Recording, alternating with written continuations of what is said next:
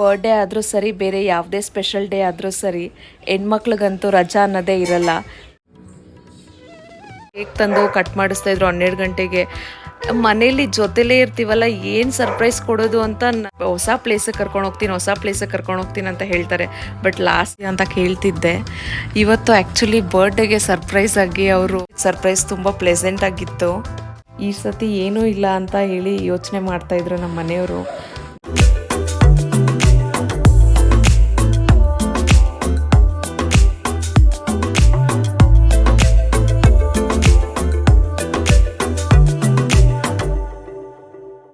Hi hello friends, welcome back to Mr and Mrs Lakshmi Arun vlogs. ಹೇಗಿದ್ದೀರಿ ಎಲ್ಲರೂ? ನಾವು ಚೆನ್ನಾಗಿದ್ದೀವಿ, ನೀವು ಕೂಡ ತುಂಬಾ ಚೆನ್ನಾಗಿದ್ದೀರಾ ಅಂತ ಭಾವಿಸ್ತಿದ್ದೀನಿ.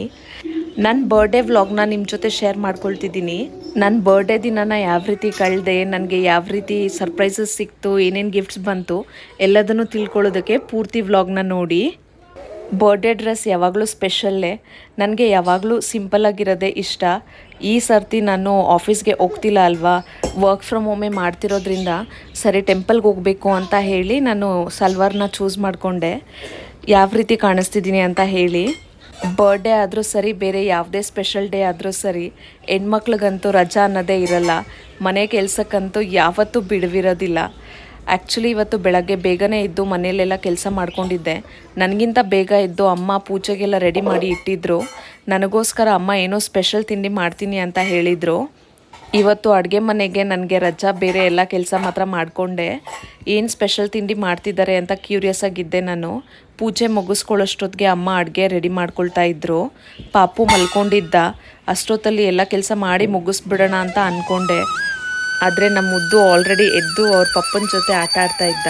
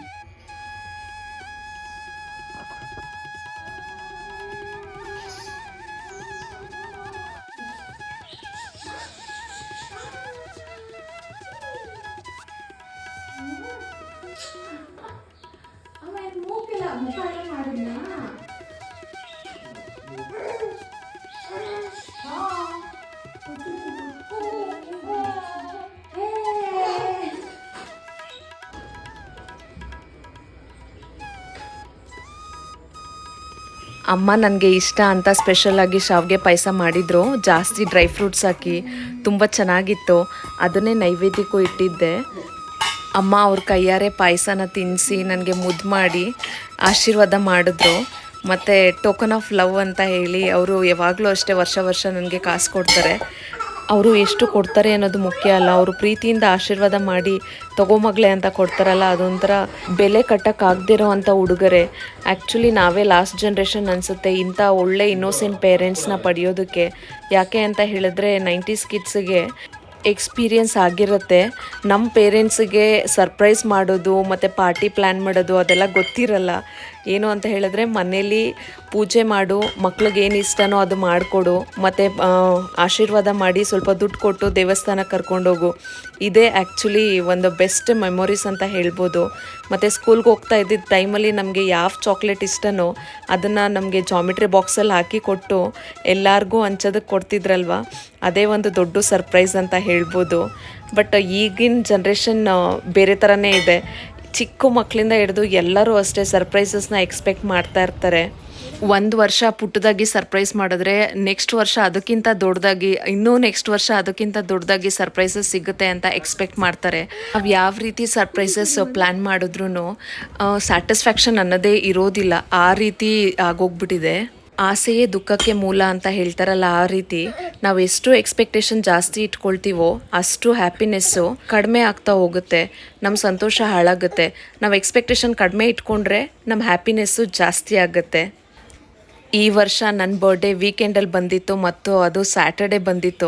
ಎಲ್ಲೂ ಹೊರಗಡೆ ಹೋಗೋಕ್ಕಾಗಲಿಲ್ಲ. ಮತ್ತು ಯಾವಾಗಲೂ ಅಷ್ಟೇ ವರ್ಷ ನಮ್ಮ ಮನೆಯವರು ಮಿಡ್ನೈಟು ಕೇಕ್ ತಂದು ಕಟ್ ಮಾಡಿಸ್ತಿದ್ರು. ಮತ್ತು ಹುಡುಗರು ಆಫೀಸ್ಗೆ ಹೋಗೋಷ್ಟೊತ್ತಿಗೆ ಆಫೀಸೆಲ್ಲ ಡೆಕೋರೇಷನ್ ಮಾಡಿ ರೆಡಿ ಮಾಡಿ ಇಟ್ಕೊಳ್ತಿದ್ರು. ಈ ಸರ್ತಿ ಅಂತೂ ನಾನು ಮನೆಯಲ್ಲೇ ಇದ್ದೀನಲ್ಲ, ವರ್ಕ್ ಫ್ರಮ್ ಹೋಮ್ ಮಾಡ್ಕೋತಾ ಇದ್ದೀನಿ. ಪಾಪುನ ನೋಡ್ಕೊಂಡು ಎಲ್ಲಿ ಆಫೀಸ್ಗೆ ಅಷ್ಟು ದೂರ ಟ್ರಾವೆಲ್ ಮಾಡ್ಕೊಂಡು ಹೋಗೋಕ್ಕಾಗಲ್ಲ ಅಂತ. ಮತ್ತು ಇನ್ನೊಂದು ಏನಂತ ಹೇಳಿದ್ರೆ, ನಮ್ಮ ಮನೆಯವರು ಡೀಫಾಲ್ಟು ಕೇಕ್ ತಂದು ಕಟ್ ಮಾಡಿಸ್ತಾಯಿದ್ರು 12 ಗಂಟೆಗೆ. ಮನೇಲಿ ಜೊತೆಲೇ ಇರ್ತೀವಲ್ಲ, ಏನು ಸರ್ಪ್ರೈಸ್ ಕೊಡೋದು ಅಂತ ನನಗೆ ನಗು ಬರುತ್ತೆ. ಯಾಕೆ ಅಂತ ಹೇಳಿದ್ರೆ, ಅವ್ರು ಏನಾದರೂ ಮಾಡ್ತಾರೆ ಅಂತ ಹೇಳಿದ್ರೆ ನನಗೆ ಗೊತ್ತಾಗ್ಬಿಡುತ್ತೆ. ನಾನು ಅವ್ರ ಬರ್ಡೇಗೆ ಅಷ್ಟೇ ಏನಾದರೂ ಮಾಡಬೇಕು ಅಂತ ಹೇಳಿದ್ರೆ ಅವ್ರಿಗೆ ಗೊತ್ತಾಗ್ಬಿಡುತ್ತೆ. ಸರ್ಪ್ರೈಸ್ ಅನ್ನೋದು ಇರೋದೇ ಇಲ್ಲ. ಯಾಕೆ ಅಂತ ಹೇಳಿದ್ರೆ ಯಾವಾಗಲೂ ಒಟ್ಟೊಟ್ಟಿಗೆ ಇರ್ತೀವಿ ಅಲ್ವಾ. ಸೊ ಏನಾದರೂ ಸರ್ಪ್ರೈಸ್ ಎಕ್ಸ್ಪೆಕ್ಟ್ ಮಾಡಿದ್ರು ಅಷ್ಟೇ, ಆಲ್ರೆಡಿ ಅವ್ರು ಮಾಡ್ತಾ ಇದ್ದಾರೆ ಅಂತ ನಮಗೆ ಗೊತ್ತಾಗ್ಬಿಡುತ್ತೆ. ಅದರಲ್ಲಂತೂ ನಮ್ಮ ಮನೆಯವರು ಒಂದೇ ಪ್ಯಾಟರ್ನು, ಯಾವಾಗಲೂ ಅಷ್ಟೇ ವರ್ಷ ಡಿನ್ನರ್ಗೆ ಅಂತ ಬಾರ್ಬಿಕ್ಯೂಗೆ ಕರ್ಕೊಂಡು ಹೋಗ್ತಾರೆ. ಬ್ರಾಂಚಸ್ ಮಾತ್ರ ಚೇಂಜ್ ಆಗುತ್ತೆ ಅಷ್ಟೇ ಬಿಟ್ಟರೆ, ನಾನು ಕರೆಕ್ಟಾಗಿ ಗೆಸ್ ಮಾಡ್ತೀನಿ ಅವರು ಬಾರ್ಬಿಕ್ಯೂಗೆ ಕರ್ಕೊಂಡು ಹೋಗ್ತಾರೆ ಅಂತ. ಮನೆ ಹತ್ರ ಸ್ಟಾರ್ಟ್ ಮಾಡಿದಾಗಲೇ ಹೇಳ್ಬಿಟ್ಟಿರ್ತೀನಿ, ನೀವು ಕರೆಕ್ಟಾಗಿ ಬಾರ್ಬಿಕ್ಯೂಗೆ ಕರ್ಕೊಂಡು ಹೋಗ್ತಿದ್ರೆ ಮೇ ಬಿ ಯಾವುದಾದ್ರೂ ಒನ್ ಆಫ್ ದಿ ಬ್ರಾಂಚ್ ಇರುತ್ತೆ ಅಂತ. ಇಲ್ಲ ಕಣೆ, ನಾನು ಹೊಸ ಪ್ಲೇಸಿಗೆ ಕರ್ಕೊಂಡು ಹೋಗ್ತೀನಿ ಅಂತ ಹೇಳ್ತಾರೆ. ಬಟ್ ಲಾಸ್ಟಲ್ಲಿ ನಾನೇ ವಿನ್ ಆಗೋದು. ಈ ಸರ್ತಿ ಅಂತೂ ನಾನ್ ವೆಜ್ ತಿನ್ನಂಗಿರಲಿಲ್ಲ. ಸೊ ಏನು ಬೇಕು ಅಂತ ಕೇಳಿದರು. ನಾನು ಜಸ್ಟು ಎಳ್ನೀರು ಕೊಡಿಸ್ರಿ ಸಾಕು, ಮನೇಲೇ ಎಲ್ಲ ಅಡುಗೆ ಮಾಡಿ ಇಟ್ಟಿದ್ದಾರೆ ಅಮ್ಮ, ಹೋಗಿ ತಿನ್ನೋಣ ಅಂತ ಹೇಳಿದ್ದೆ. ಆ್ಯಕ್ಚುಲಿ ನನಗೆ ಗೊತ್ತೇ ಇರಲಿಲ್ಲ ಇವತ್ತು ನನಗೆ ಒಂದು ಸರ್ಪ್ರೈಸಿಂಗ್ ಗಿಫ್ಟ್ ಇದೆ ಅಂತ. ನಾವು ದೇವಸ್ಥಾನಕ್ಕೆ ಹೋಗಿದ್ವಿ, ಮನೆ ಹತ್ರನೇ ಇದೆ ಚಂಪಕದಮ್ಮ ದೇವಸ್ಥಾನ. ಸೊ ದೇವಸ್ಥಾನ ಮುಗಿಸ್ಕೊಂಡು ನಾನು ಎಲ್ಲೋ ಸರ್ಪ್ರೈಸಾಗಿ ಕರ್ಕೊಂಡು ಹೋಗ್ತಿದ್ದೀನಿ ಅಂತ ಹೇಳಿದ್ರು. ಮೇ ಬಿ ವೆಜ್ ಲಂಚ್ ಬೊಫೆಟ್ಗೆ ಕರ್ಕೊಂಡು ಹೋಗ್ತಿದ್ದಾರೆ ಅಂತ ಅಂದ್ಕೊಂಡೆ. ಅಮ್ಮನೂ ಚಿನ್ನೂ ಸೇರಿ ನನಗೊಂದು ಸರ್ಪ್ರೈಸ್ ಕೊಟ್ಟಿದ್ದರು. ಅದೇನು ಅಂತ ಹೇಳಿದ್ರೆ ಜ್ಯುವೆಲ್ರಿ ಶಾಪಿಗೆ ಕರ್ಕೊಂಡು ಹೋಗಿದ್ರು. ಸೊ ಮಲ್ಬಾರ್ ಗೋಲ್ಡ್ಗೆ ಹೋಗಿದ್ವಿ. ನನಗೆ ಯಾವುದಾದ್ರೂ ಗೋಲ್ಡ್ ಗಿಫ್ಟ್ ತಗೋ ಅಂತ ಹೇಳಿದ್ರು. ಫಸ್ಟು ಬ್ರೇಸ್ಲೆಟ್ ಟ್ರೈ ಮಾಡಿದೆ. ಈಗಂತೂ ಗೋಲ್ಡ್ ರೇಟು ಕೇಳೋದೇ ಬೇಡ, ಪರ್ ಗ್ರಾಮು 8,000 ರುಪೀಸು. ಅದು ಎಲ್ಲ ಬ್ರೇಸ್ಲೈಟ್ಸು ಅಷ್ಟೇ ಆಲ್ಮೋಸ್ಟು 40-50,000ವರೆಗೂ ರೀಚ್ ಆಗ್ತಾಯಿತ್ತು. ಸರಿ ಬೇಡಪ್ಪ, ಏನಕ್ಕೆ ಸುಮ್ಮನೆ ಸಿಂಪಲ್ಲಾಗಿ ಏನಾದರೂ ಒಂದು ತೊಗೊಂಡೋಗೋಣ ಅಂತ ಗೋಲ್ಡ್ ರಿಂಗ್ ಟ್ರೈ ಮಾಡಿದೆ. ಎಲ್ಲ ಡಿಸೈನ್ಸು ಚಿಕ್ಕದಾಗಿ ಕ್ಯೂಟಾಗಿ ತುಂಬ ಚೆನ್ನಾಗಿತ್ತು. ಇಷ್ಟು ರಿಂಗಲ್ಲಿ ನಾನು ಯಾವುದು ಸೆಲೆಕ್ಟ್ ಮಾಡಿರ್ಬೋದು, ಗೆಸ್ ಮಾಡಿ ನೋಡೋಣ. ಶಾಪಿಂಗ್ ಮುಗಿಯೋಷ್ಟೊತ್ತಿಗೆ ಈವ್ನಿಂಗ್ 3:30 ಆಗೋಗ್ಬಿಟ್ಟಿತ್ತು. ಇನ್ನು ಮನೆಗೆ ಹೋಗಿ ಲಂಚ್ ಮಾಡೋದು ಹೆಂಗೆ ಅಂತ ಹೊರಗಡೆನೇ ಲಂಚ್ ಮುಗಿಸ್ಕೊಂಡ್ವಿ. ಆ್ಯಕ್ಚುಲಿ ನಾವು ಇಲ್ಲಿಗೆ ಶಿಫ್ಟ್ ಆದಾಗಿಂದನೂ ಇಲ್ಲಿಗೆ ಹೋಗೋವಾಗ ಬರೋವಾಗೆಲ್ಲ ಈ ರೋಡಲ್ಲಿ ನಾನು ಈ ಫ್ಲವರ್ಸ್ನ ನೋಡಿದ್ದೀನಿ.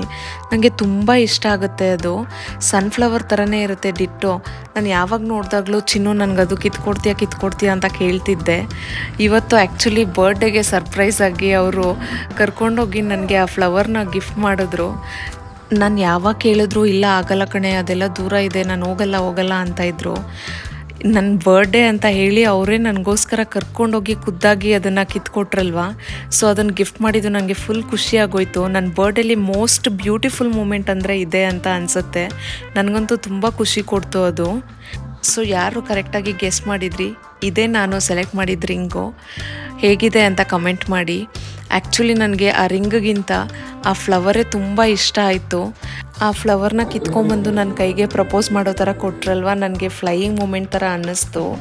ಚಿನ್ನು ಹೇಳ್ತಾಯಿದ್ರು, ಬರ್ಡೇಗೆ ಕೇಕ್ ಕಟ್ ಮಾಡಿಲ್ಲ ಅಂದರೆ ಡೇನೇ ಫುಲ್ಫಿಲ್ ಆದಂಗೆ ಅನಿಸಲ್ಲ, ನಾನು ಹೋಗಿ ಕೇಕ್ ತರ್ತೀನಿ ಅಂತ. ಮತ್ತು ಗೊತ್ತಿದ್ದು ತಂದರೆ ಅದೇನು ಸರ್ಪ್ರೈಸು ಅಂತ ಹೇಳಿ ನಾನು ಹೇಳ್ತಿದ್ದೆ. ಬಟ್ ಆ್ಯಕ್ಚುಲಿ ಸರ್ಪ್ರೈಸಿಂಗಾಗಿ ನನ್ನ ಫ್ರೆಂಡ್ ಬಂದಿದ್ಲು. ನಿಮಗೆ ಗೊತ್ತಲ್ಲ ನನ್ನ ಬೆಸ್ಟಿ ಶಿಲ್ಪ. ಸೊ ಅವಳು ಸರ್ಪ್ರೈಸಿಂಗಾಗಿ ನನಗೆ ಕೇಕ್ ತಂದಿದ್ಲು ಮನೆಗೆ. ಸೊ ಅವಳ ಕಡೆಯಿಂದ ಕೇಕ್ ಕಟ್ಟಿಂಗ್ ಆಯಿತು. ಹೇಗೋ ಒಂದು ಕೇಕ್ ಕಟ್ ಮಾಡಲೇಬೇಕು ಅಂತ ಇತ್ತು ಅನಿಸುತ್ತೆ. ಸೊ ಅವಳು ಕೊಟ್ಟಿದ್ದ ಸರ್ಪ್ರೈಸ್ ತುಂಬ ಪ್ಲೆಸೆಂಟಾಗಿತ್ತು. ಈ ಸರ್ತಿ ಆಫೀಸಲ್ಲಿ ಸೆಲೆಬ್ರೇಟ್ ಮಾಡ್ಕೊಳಕ್ಕಾಗಿಲ್ಲ, ಇಲ್ಲ ನಮ್ಮ ಮನೆಯವರು ಮಿಡ್ನೈಟಲ್ಲಿ ಕೇಕ್ ಕಟ್ಟಿಂಗ್ ಮಾಡೋಕ್ಕಾಗಿಲ್ಲ ಅಂತ ಬೇಜಾರು ಮಾಡ್ಕೋತಿದ್ರು. ಇಲ್ಲ ನಾವು ಅಲ್ಲಿ ಹಳೆ ಮನೆ ಹತ್ರ ಇದ್ದಿದ್ರೆ ಯಾರಾದರೂ ಬಂದು ಕೇಕ್ ಕಟ್ಟಿಂಗ್ ಮಾಡಿಸ್ತಿದ್ರು. ಈ ಸರ್ತಿ ಏನೂ ಇಲ್ಲ ಅಂತ ಹೇಳಿ ಯೋಚನೆ ಮಾಡ್ತಾಯಿದ್ರು ನಮ್ಮ ಮನೆಯವರು. ನಾನಾದರೂ ತರ್ತೀನಂದರೆ ಬೈತಿದ್ದೆ. ಅಟ್ಲೀಸ್ಟ್ ನೀನು ಬೆಸ್ಟಿ ಆದರೂ ಬಂದು ಈ ಥರ ಮಾಡಿದ್ಲಲ್ವ, ನನಗೆ ಖುಷಿ ಆಯಿತು ಅಂತ ಅವ್ರು ಹೇಳ್ತಾಯಿದ್ರು. ನನ್ನ ಮಗನ ಜೊತೆ ಸೆಲೆಬ್ರೇಟ್ ಮಾಡ್ತಿರೋ ಅಂಥ ಫಸ್ಟ್ ಬರ್ಡೇ ಇದು. ನನಗಂತೂ ಫುಲ್ ಖುಷಿ ಆಗೋಯ್ತು. ಅದು ಎಕ್ಸ್ಪೆಕ್ಟ್ ಮಾಡೇ ಇರಲಿಲ್ಲ ನಾನು ಅವಳು ಬರ್ತಾಳೆ ಅಂತ. ಬ್ಯೂಟಿಫುಲ್ ಮೂಮೆಂಟ್ಸು ನಾವು ಫೋಟೋಸಲ್ಲಿ ಕ್ಯಾಪ್ಚರ್ ಮಾಡೋವಾಗ ತುಂಬ ಚೆನ್ನಾಗಿ ಕಾಣಿಸ್ತಾ ಇತ್ತು. ನನ್ನ ಮಗನ ಜೊತೆ ಫಸ್ಟ್ ಟೈಮು ನಾನು ಕೇಕ್ ಕಟ್ ಮಾಡಿದ್ದು. ತುಂಬ ಖುಷಿ ಆಯಿತು ನನಗೆ. ನನಗೋಸ್ಕರ ಗಿಫ್ಟ್ಸ್ ಕೂಡ ತಂದಿದ್ಲು. ಅವಳು ಕೊಟ್ಟಿದ್ದು ಫಿಶ್ಶು ಎಲ್ಲನೂ ನನಗೆ ತುಂಬ ಇಷ್ಟ ಆಯಿತು. ಈ ಬರ್ಡೇ ಅಂತೂ ನನಗೆ ಅನ್ಫರ್ಗೆಟಬಲ್ ಅಂತ ಹೇಳ್ಬೋದು. ಸ್ವೀಟ್ ಮೆಮೊರೀಸಿಂದ ಪ್ಲೆಸೆಂಟ್ ಆಗಿತ್ತು ಬರ್ಡೇ. ಸಿಂಪಲ್ ಆಗಿದ್ರು ವಿತ್ ಬ್ಲೆಸ್ಸಿಂಗ್ಸ್ ನನಗೆ ತುಂಬ ಖುಷಿ ಕೊಡ್ತು. ಸೊ ಇದಾಗಿತ್ತು ನನ್ನ ಬರ್ಡೇ ವ್ಲಾಗು ಫ್ರೆಂಡ್ಸ್. ಈ ವ್ಲಾಗು ನಿಮಗೆ ಇಷ್ಟ ಆಗಿದೆ ಅಂತ ಬಯಸ್ತೀನಿ. ಈ ವ್ಲಾಗು ನಿಮಗೆ ಇಷ್ಟ ಆಗಿದ್ದರೆ ದಯವಿಟ್ಟು ಒಂದು ಲೈಕ್ ಮಾಡಿ, ಶೇರ್ ಮಾಡಿ ಮತ್ತು ಕಮೆಂಟ್ ಮಾಡಿ. ನನ್ನ ಚಾನಲ್ಗೆ ಸಬ್ಸ್ಕ್ರೈಬ್ ಮಾಡಿ. Thank you for watching. We'll catch you in next vlog.